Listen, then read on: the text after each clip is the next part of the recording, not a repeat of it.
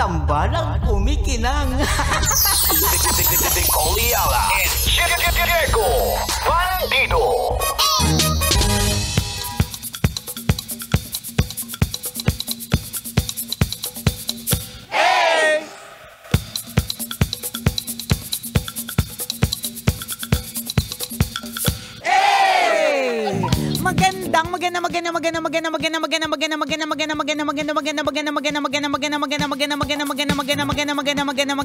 Magandang tanghali. Kumikinang na ulo, Diego Bandido.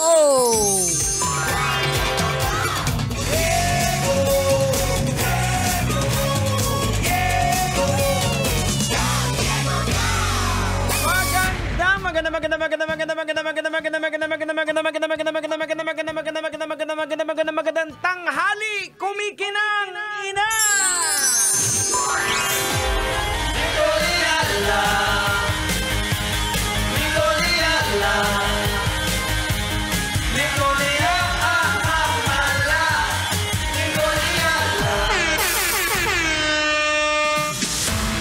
Dear Nicole Ayala and Diego Bandido, gaano nga po ba kahalaga na maging matalino ang mga anak? Napapansin ko lang po kasi na yung mga anak ko parang kulang sa talino if mag-real talk ako. Kaya natatakot ako na baka mamaya hindi sila mag-succeed sa buhay. Gusto ko silang i-pressure pero ayoko rin kasi baka magka-issue sa mental health.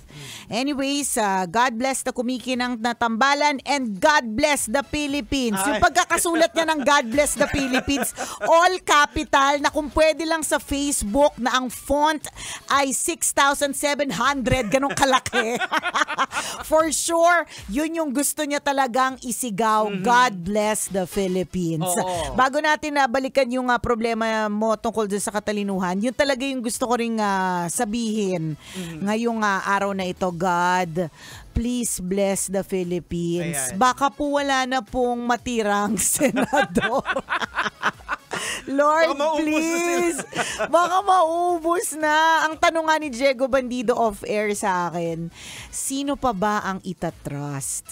Diba? Parang nakakalungkot. Nakakalungkot. Ayan. Hindi naman natin sinasabi na guilty kasi ito, these are all accusations pa lang. At saka, syempre dapat naman talaga dumaan sa due process. And alam mo naman na Jegs, important issues, ang mga evidence, mahalaga yan eh. Natutunan ko yan dun sa mga kaibigan ko, mga lawyer, na minsan ng isang tao, kahit na daw, sabi niya, awan ko, pero lasing kami noon na nag-uusap kami. So, wag nyo kami paniwalaan kasi tandaan ninyo kami po ni Diego ay komedyante. Tama.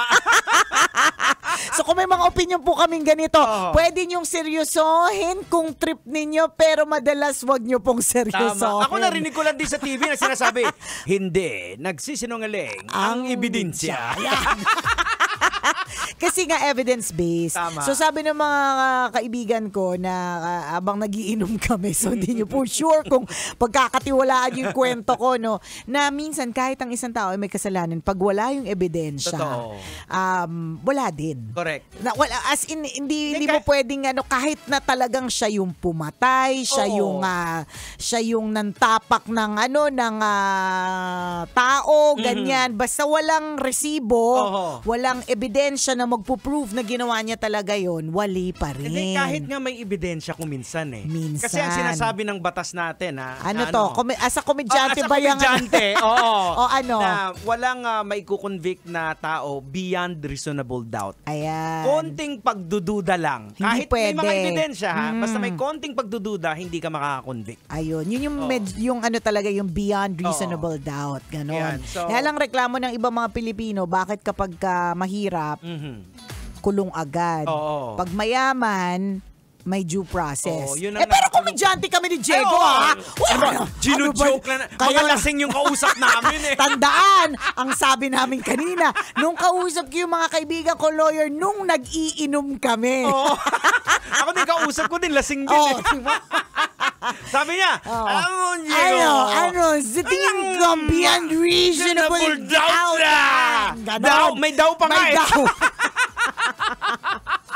Alam mo na, tinatawa-tawa na lang natin minsan yung mga balita pero masakit talaga siya sa ulo. Alam mo yun, ako gusto ko lang magpasalamat sa Skinny Aesthetic sa pagbobotox ng aking noo kasi sa totoo lang, lagi na po siyang nakakunot. Kaya pinabotox ko na siya kasi parang, sino na naman yung nilaglag? Kasali din siya.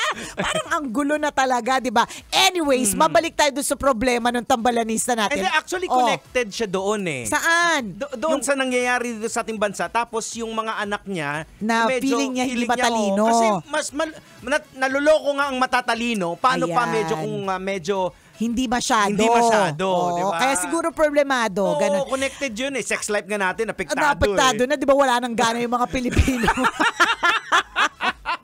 Nakakaloka.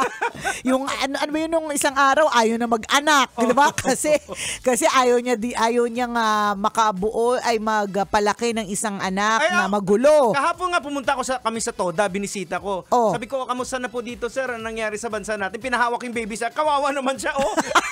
Ay, yung sa picture na hawak-hawak ko yung baby. Ay, hindi ko nakita yon. Siya yung parang sinasabi nilang Sabi ng nanay, kawawa naman po siya, sir. Hawakan niyo po, sumasama yan. Yun, nakakalungkot talaga. Nakakalungkot, pero may hope. Yes, Yun naman po yun. Yun yung kagandahan dito. If we're going to look at it at positive POV, nagkakaroon ng investigation, so there is hope. Hopefully, di ba, hindi matakpan ng kung anik pa. Kasi minsan ganyan sa Pilipinas, pag may bagong issue, natakpan na yung mga luma. Actually, itong mga pangyayari, masasabi din natin, it's a blessing in disguise. Kasi kung hindi ito napag-usapan, hindi tuloy-tuloy ang corruption. Hindi natin alam. Wala tayong idea. Kaya nga, di ba yung mga iba nagsasabi na buti na nga lang nagpa-interview ang mga diskaya. Di ba? Buti na lang may pa-house tour sila. So, feeling ko wala nang magiging house tour na vlog soon sa kahit sino. Natatakot na baka mamaya matira. Di ba? Nakakalurky. We have to weather the storm lang sa ngayon. Mabigat siya pero alam ko may kahihinatnan din naman to. Yan ang prayer po nating lahat. Kaya truly, God bless the Philippines. Ayan. So mabalik tayo dun sa kwentong katalinuhan. Alam mo minsan, hindi naman sa lahat ng oras kailangan yung pagiging bookish. Iba-iba kasi ang level ng talino eh. Maaari nga anak mo ay hindi mo nakikita na yung matalino sa in terms of academics, like alam niya ang kaibahan ng sawikain sa salawikain, alam niya ang mga pantuko. Yan yung mga naalala ko na naman, Diego, kasi inaaral ng mga anak ko ngayon. Nakakaloka, sabi ko, natapos ko na to eh. Kaya masasabi ko talaga na kapag ikaw naging nanay, kung dati hate mo ang homework, mas hate mo siya pag nanay ka na, di ba? So there are different types of intelligences. Totoo. So, di ba, kaya nga ang intelligence ay multiple na. So sa tingin ko, hindi ka dapat matakot kung halimbawa academically parang nakikita mong medyo kulang. Pero hindi naman ibig sabihin na hayaan ko na lang yan. Hindi. Hindi. I-guide mo rin kasi gusto rin natin pumasa. Ayaw naman natin na hindi siya makasabay dun sa mga kaklase niya. Pero yung pagpe-pressure na tama lang na hindi naman siya, ikaw na din mismo nagsabi, hindi naman siya magkakaroon ng mental health issues. Alam mo, yung pinaka-importante sa lahat para sa akin, yung street smart yung bata eh. Truly, Lee. Kasi eventually, yun din talaga dun mo, yung napag-alaman mo sa academics, sa school, dadalhin mo rin yan sa totoong buhay. Pag hindi street smart, nahihirapan din siya. Correct, diba? Kasi marirecalibrate yan lahat ng tinuro ng teacher mo pagdating mo sa totoong buhay. Paano ko to i-apply? Di ba ikaw na kwento mo na fresh grad ka, yung natutunan mo, gusto mong i-apply pagdating mo sa pagdating ko sa wale. Una kong trabaho, pinag-stapler ako. Nakakaloka. Hindi naman ako hindi naman ako nagmamataas. Kaya parang, alam mo yung cum laude ka. Tapos yung unang pinagwasi, pinag-stapler ka ng sandamukal na mga dokumento. Hindi mo rin, pero ginawa ko. Diba? Kasi parte talaga siya of growing up eh. Ang importante siguro, kaya naman natin pinag-aralan kahit hindi natin mag-gets, bakit natin, ano bang maiaambag nito sa buhay ko paglaki? Diba? May dahilan po, kaya lahat tayo dumadaan sa pag-aaral na ganyan. Siyempre, ang tinuturo dyan, critical thinking, ganyan. Disiplina, pagsisipag, yung mga ganon, yung mga values. So, sa tingin ko, wag ka masyado magpanik, pero continue the guidance. Pero kasi ang nangyari kay Nicole, talagang sa academic, talagang nag-excel siya. Plus, ang nakatulong pa doon, yung turo ng nakikita niya sa nanay niya. Tama. Yung diskarte sa buhay. Correct. Oo. Diba? Pero totoo po yan. Na minsan hindi lang siya talaga puro sa book. Oo. Kasi hindi naman lahat ay nasa books talaga on knowledge sa mga ganyan, 'di ba? Pero go na go kapag ka academically inclined ako, go na go ako dun sa mga taong very smart, yung talagang kinakareer nila yung pag-aaral, very good, very good. Pero kung halimbawa, ako naniniwala talaga ako na may mga tao talagang sadyang hindi ganun eh. Average lang talaga sila pagdating sa academics, pero wag ka, ang galing mag-drawing. Yan, totoo. Iba yung pagkahalimbawa, kaya nilang frustration ko kasi yan, Jegs, hindi ako makabuo ng kahit ano sa Lego. Promise. As in, kahit na siguro kung mabubuo ka, bawa, binigyan mo ako ng Lego set, ang mabubuo ko lang yung good for, yung 4 to 5 years old. Yung malalaking blocks. Pero yung pabuuin mo talaga ako. Yung bahay lang, napatriangle. Oo, triangle. Yung very basic. Pero may mga iba, 'di ba, na yun yung nila na kayang-kaya nilang bumuo ng mga ganun. Correct. 'Di ba? So, kanya-kanya talaga 'yan. Basta dapat may guidance lang. Ayan. So, wag masyadong i-pressure, mami. Basta importante yung may diskarte yung bata. Oo, correct. Yung may diskarte. Alam mo, lagi tong naririnig ng mga anak natin, 'di ba? Pagka tinuturuan natin sila. Pag kami nawala. Yan, 'di ba? Laging ganyan yung mga natin, mga banta natin para matuto sila maghugas ng pinggan, mag-commute o kung ano man. Lagi nating sinasabi, pag kami namatay. Ako hindi ako aware, Jegs, na lagi ko pala yung sinasabi. Kasi linya yan ni Princess eh. Parang sinasabi niya na, Mom, you always say that if we're gone or if we're going away, parang ganyan. Kasi yun naman talaga eh. Pag kami nawala, paano ka? Kung tatanga-tanga ka. Correct, totoo. So kailangan, didiskarte ka rin talaga. Ganon. Di tsaka minsan, di ba, kung sino pa yung mga hindi masyado matalino, sila pa yung nagsasucceed. Mas mayaman pa sa'yo. Magugulat ka, Mas mayaman pa sa'yo. Kaya nga maraming graduate sa UE na naging successful eh. UE? University of Experience. Ayan!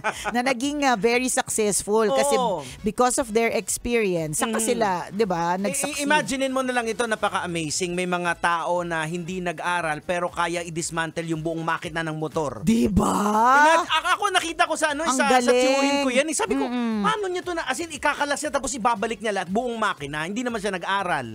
Because of experience. Oo. Diba? Samantalang may mga iba talaga, ninaaral nila yan. Parts of the makina. Correct, Yan, na paano i-dismantle. Ano yung unang diagram. Tama. Ganyan. Pero sa kanya, because of experience. Correct. Galing. Hindi kayo pumunta ka sa mga talyer yung gumagawa ng mga sasakyan. True. Karamihan dyan based on experience lang talaga. Galing. Tsaka may mga iba nga, meron akong mga kakilala na fashion. May mga talagang mga stores na sila, nagbebenta sila ng mga clothes na hindi din nila tinapos yung experience na lang din na kaya sila nakakapag-create ng mga different works of art, ganyan, 'di ba? Pero again, iba pa rin kapag ka ikaw ay aral. Naman, syempre. May ano talaga 'yan. Bonus talaga siya. Yes, kumbaga sa race o kaya sa karera, nauna ka na ng mga ilang metro. Ayan, 'Di ba? Meron ka ng meron ka ng head start, kumbaga. Hand in hand 'yan yung pagiging street smart tsaka yung academic.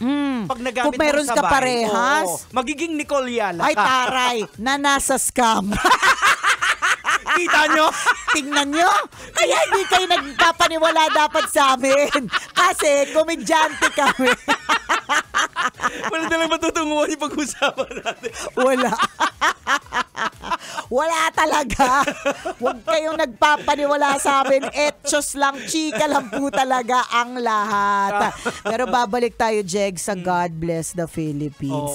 Kaya nga alam mo, inisip ko kanina tumuto. Kaya lang sabi ko, medyo nakakaramdam kasi na ako na parang pumipitik-pitik yung utak ko eh. Baka mag-trigger yung migraine. Ayoko. Pero mayat maya, nagme-message sa akin yung asawa ko ng mga updates. Yan. May mga nilaglag na naman ng mga pangalan. May mga hinatira ng mga ganitong pera. Grabe, imaginein mo yung mali-maleta yung mga pera na yun. Diba? Ayon doon sa napakinggan namin. Correct. Na pakinggan nyo rin Oo. naman, 'di ba? Wag Diba? naman sa amin lang kayo magbase, 'di ba? Wala lang, parang nakakalungkot lang na may ibang maraming pera tapos tayo hindi makabili ng bagong panty. Totoo. 'Di ba? Kasi sayang yung pera para bumili ng bagong Nakakalungkot panty. na may mga pamilya bumibili ng isang instant noodles, dinadamihan na lang yung tubig. Sabaw, o correct. Para Magkasya. Oo. 'Di ba? Tapos yung mga iba meron silang parang Ano? may Sige, nakita Nicole, ko meron silang ano? may Ano? sarili silang pang may machine na pambukas Okay. ng itlog. Kasi? Mayaman sila. Ganun Dahil? lang. Wala. Mamaya may pulang ilaw na dito. Ayoko. I love my life. Baka mamaya may pulang ilaw dito.